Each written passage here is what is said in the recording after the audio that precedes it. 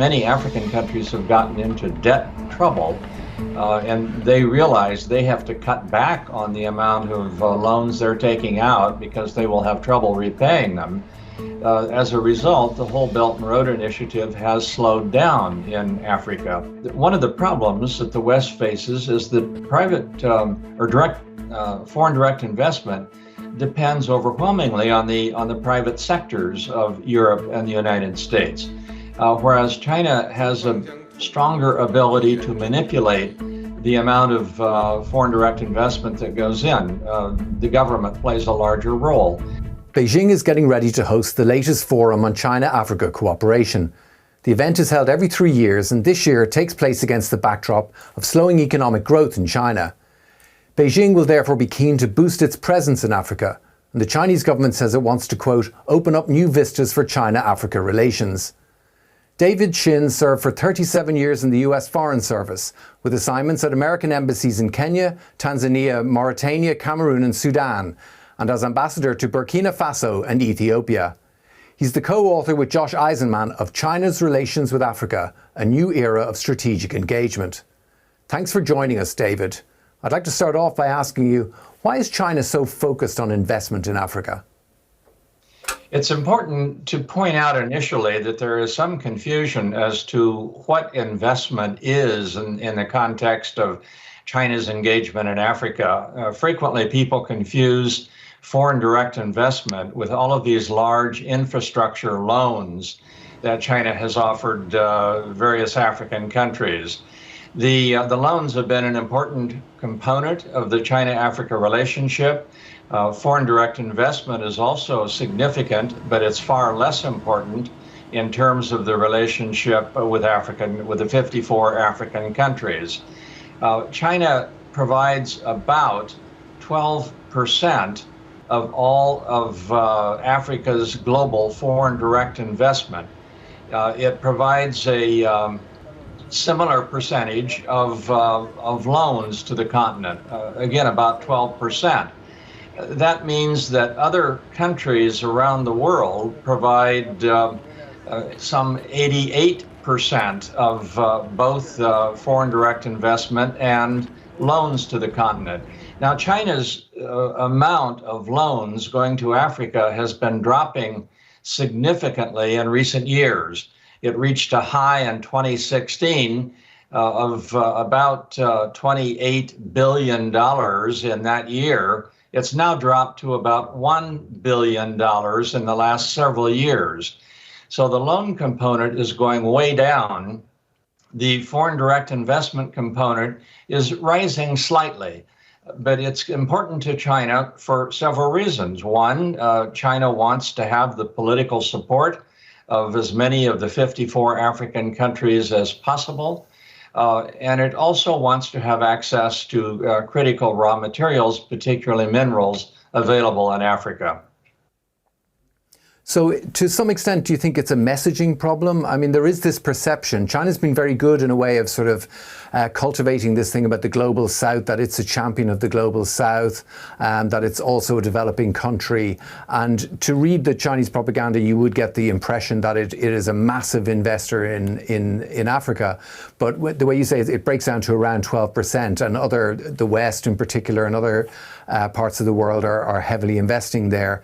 Do you think there's a problem with how perhaps the West is transmitting its message on Africa?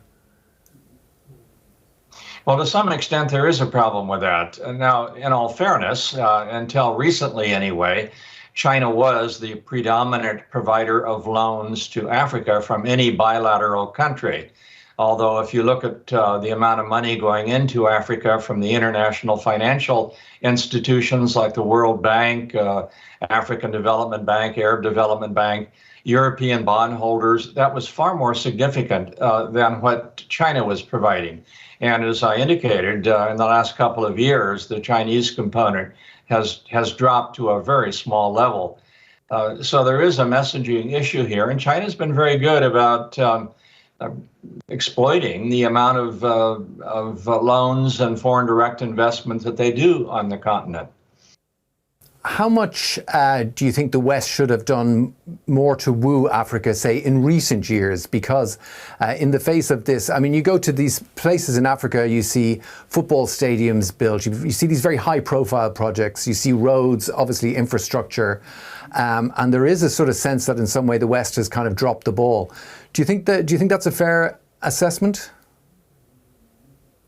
It is fair to a considerable extent, in that the Western countries, by and large, have stepped back from these large infrastructure projects, some of which are very visible and frankly, more aimed at trying to curry favor with African governments than perhaps increasing the economic development in any particular country, a football stadium, for example.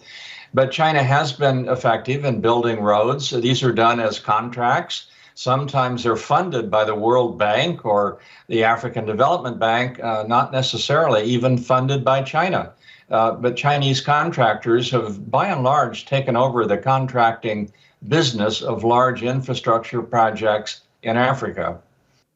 Right. I mean, in your experience of so many different countries in Africa, you'll have seen significant development in the way China deals with Africa. How would it contrast now between say now and 2 decades ago?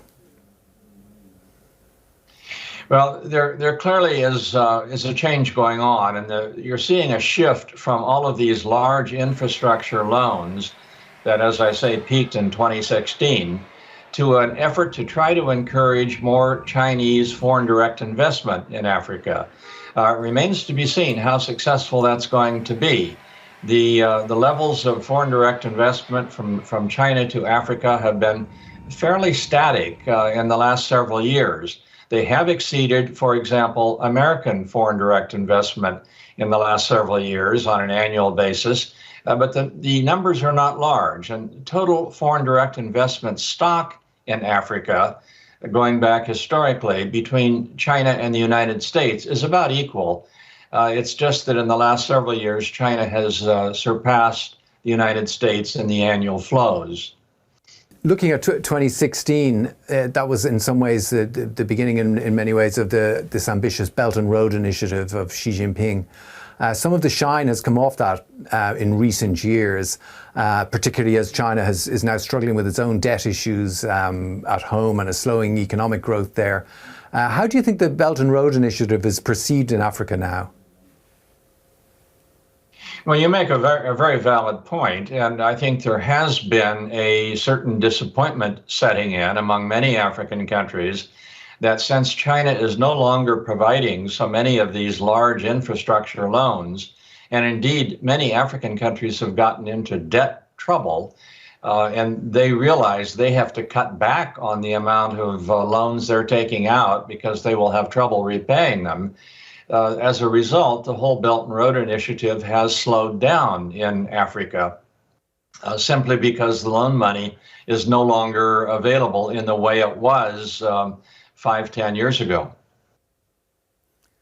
In recent years, I suppose you've seen more of a push from the US and other Western countries to court African nations. We saw senior US officials visit there last year and earlier this year. Do you think more needs to be done? Well, more does need to be done by not only the United States, but I think European countries generally. You are seeing a lot more happening from the Gulf states, for example. So this is not a matter of competition just between China and the Western European and North American countries. Gulf states are also playing a significant role. But the West generally does need to do, I think, more on the continent, and it is trying to do so. There's been a significant collaboration between the European Union and the United States in a major infrastructure project in Angola, for example. This is sort of the first large joint effort that has occurred in recent years. I suspect you will see more of that. One of the problems that the West faces is that private or direct foreign direct investment depends overwhelmingly on the private sectors of Europe and the United States, whereas China has a stronger ability to manipulate the amount of foreign direct investment that goes in. The government plays a larger role. So if the private sector is not interested in investing, if it just does not see enough profit to be made, you're going to have a reluctance to go in. And this has always been a dilemma in Western government policy in the developing world.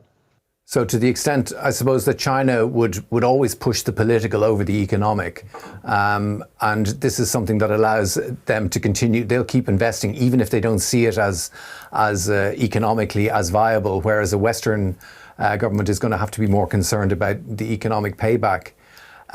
This ties in some ways with the debt trap argument. We haven't heard so much about that recently, about the Belt and Road and about how it's a debt trap.